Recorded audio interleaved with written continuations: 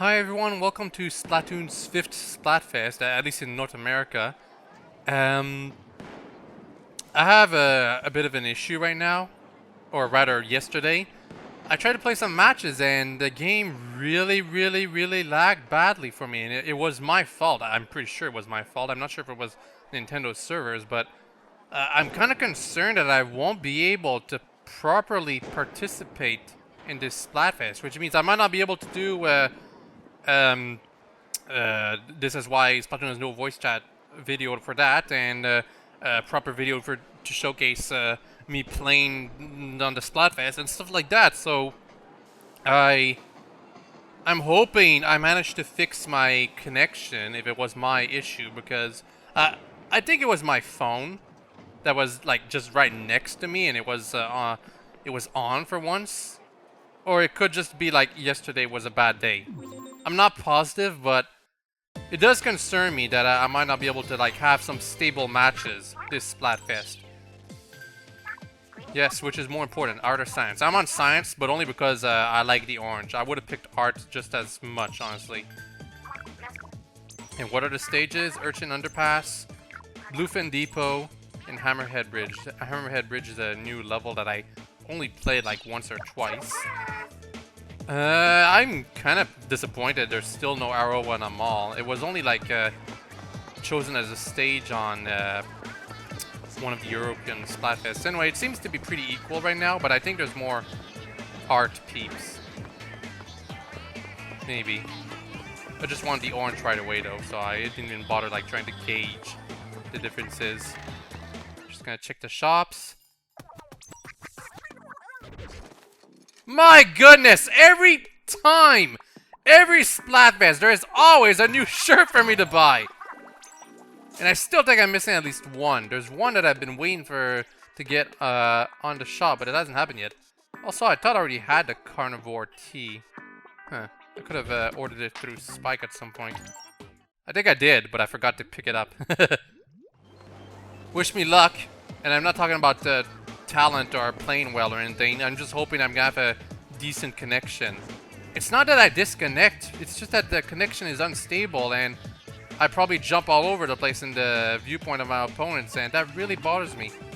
I thought it was just a thing I had against Japanese players, but it happened with some of my friends too. Ugh. I ordered a wired connection for my Wii U because of that a while ago. I haven't received it yet though, so I don't know what's gonna happen. Anyway, yeah, like last Splatfest video, I'm only gonna show like the best matches, assuming I have any. It might be like 6 matches maximum or only 2. I'm not sure. Whatever. Here I go. Alright everyone, as it turns out, my connection was not that bad, and it may have been, in fact, because of my phone being on that I had a bad connection the day before. So I managed to get to Science Queen and whatever and got a bunch of matches, and yes, I did notice you. Because this was actually, this match right here that I decided to put among the best is actually my first match that I did when I started Splatfest. So the only reason, however, that I put it up is because it turns into a 3 versus 4, with us being 3 players, of course, later on. I don't know when exactly, but eventually it's 3 versus 4, and, well, we win, so I decide, you know what, 3 versus 4, and we won. That's something I'm definitely keeping. And, that Nick dog player, he keeps doing the Squid Kid thing right next to me, because that's not something unique to him. A lot of players seem to do that. They seem to like hogging up my screen, you know? Don't do that. I'm saying that right now. Don't do that. If you play with me and you see that I'm among the players playing with you, do not Squid Kid on my screen. Because we might lose the match because you're wasting your time. And that was kind of funny what that Liam player was doing there. Liam, I'm not sure how to say his name. I guess it's just because it's funny that you would go full sprinkler to ink over all the area around you. I don't think it's that effective though. Anyway, as I said, there are a few good moments in this match, but it's mostly I kept it on because I win a 3 versus 4. That's just not something that happens very often. Most of the time, 3 versus 4, well, you just relinquish yourself to your loss, really. Also, I'm using the custom E-leader. I occasionally dabble with the normal E-leader, though. Also, I got a triple kill with the Kraken right there, all at once. Really, really cool. And I could have got a full course meal right there, but unfortunately I missed my shot. Anyway, getting that triple kill probably helped us a lot because it delays the opponents. Here I managed to do a very quick escape, and a very lucky one too, because I don't quite super jump that fast later on. I wonder, I mean, some players, I don't understand how they think they're safe when they do the ink strike, but there are some cases where you just don't know if you'll be safe. It's important when you want to use the ink strike that you're sure that no one's gonna come up to you, or you're quick with your missile firing. And here I'm cleaning up the mess that one of the opponents managed to did by going inside our base. And here I'm super jumping over there because I have the Kraken to protect me in case something goes bad. Fortunately, nothing did, and we managed to win. Just barely, though. When you're playing 3 versus 4, you're generally just gonna barely win. See? That's less than 10% difference, and only because we got really, really lucky, honestly. Anyway, that was match 1. Up next is match 2, which was on Bluefin Depot. Now, there is something disappointing about the matches that got uploaded. I've only got 4, which is one less than I expected. But the more disappointing is that none of them happened on Hammerhead Bridge. I thought I had a match to show on Hammerhead Bridge, but unfortunately all I have are moments. I've got lots of moments for the This Is Why Splatoon has no voice chat video, don't worry. But as far as full matches are concerned, I don't know why, but I never got a good one for this short compilation right here. And here I'm using the normal E-leader, for those of you wondering. I'm still a bit rusty, so I think I missed this player. No, I do not. But there are some cases where it's just like there's one opponent right in front of me and I somehow managed to miss him. Just like here. Not that I needed to hit that inkling up there, but it would have helped a bit. Part of the reason why I like the normal E-leader is because burst bombs are significantly more useful than the squid beacons. Although I prefer the Kraken over the echolocator. Anyway, we have a pretty strong beginning right here, as some of you may have noticed. And a strong beginning in Bluefin Depot means only one thing. Going into the enemy's base.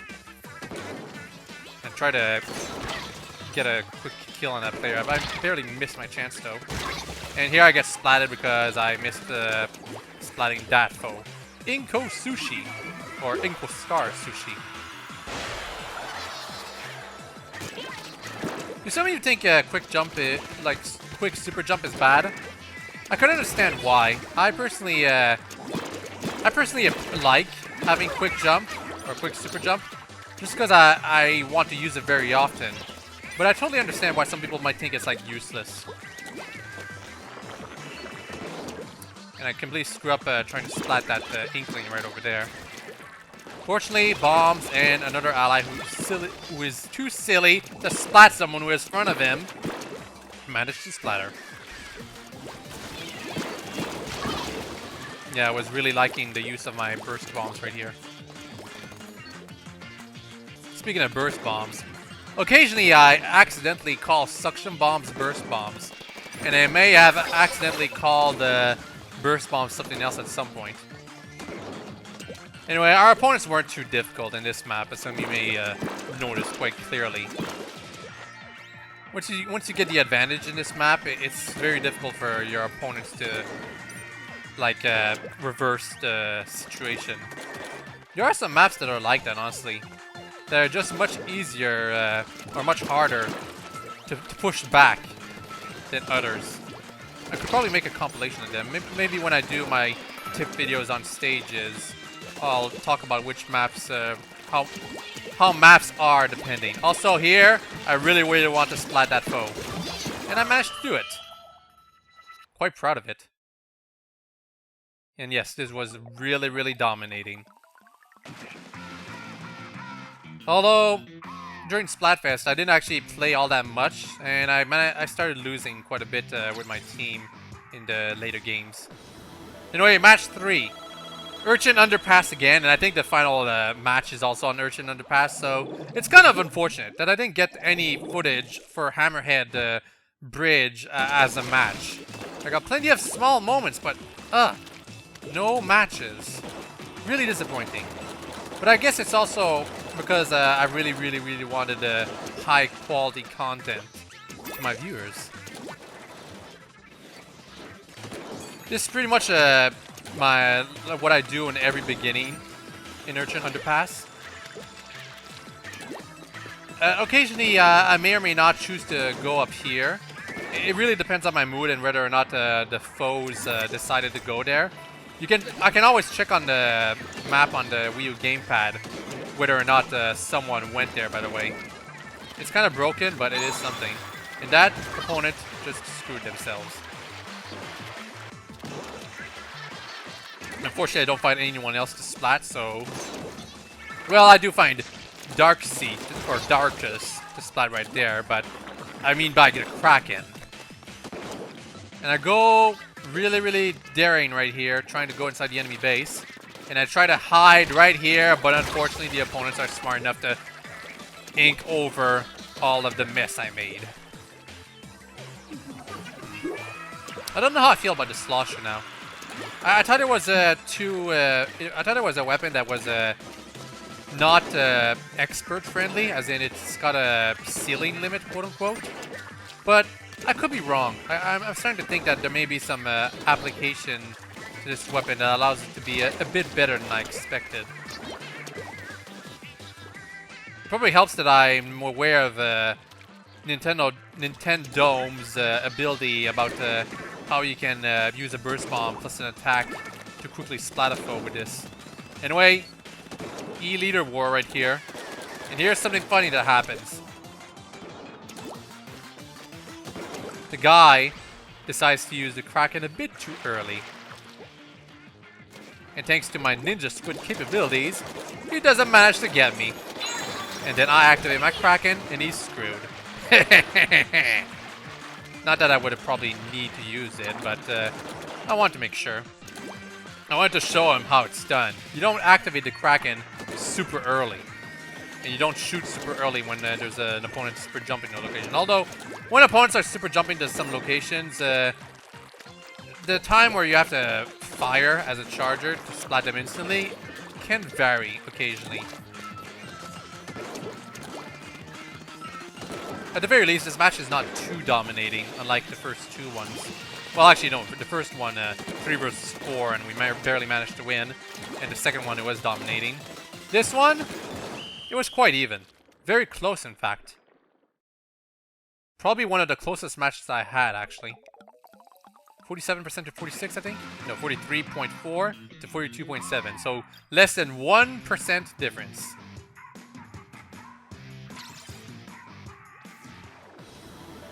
And finally, the final match. Urchin Underpass. An Urchin Underpass. Yet again, I keep saying Urchin Underpants. that's a kind of a funny name. Urchin Underpass. Really? They're the Squid Kidder. Anyway, it's kind of a funny name, Urchin Underpants, because it reminds me of Spike and how he's a street urchin instead of a sea urchin. I thought that was a really funny subtle pun when I realized it. Also, that was a really, really, really good snipe I did right there for the beginning. It's the kind of satisfying one you do when it hits right at the edge, you know? And also, I got hit by the Inkzuka right there, and I think that player is lagging a bit. Kind of annoying.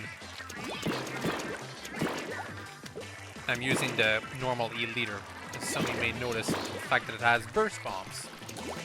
I don't really use the scope variant all that much, if I may be honest. I should really get around to practicing with it. Because I like the fact that I have a full view of the action at all times too much. I really should get used to the scoped one, because it is better. It is better. It hits a little farther than the non-scoped variant, which is basically automatically makes it better.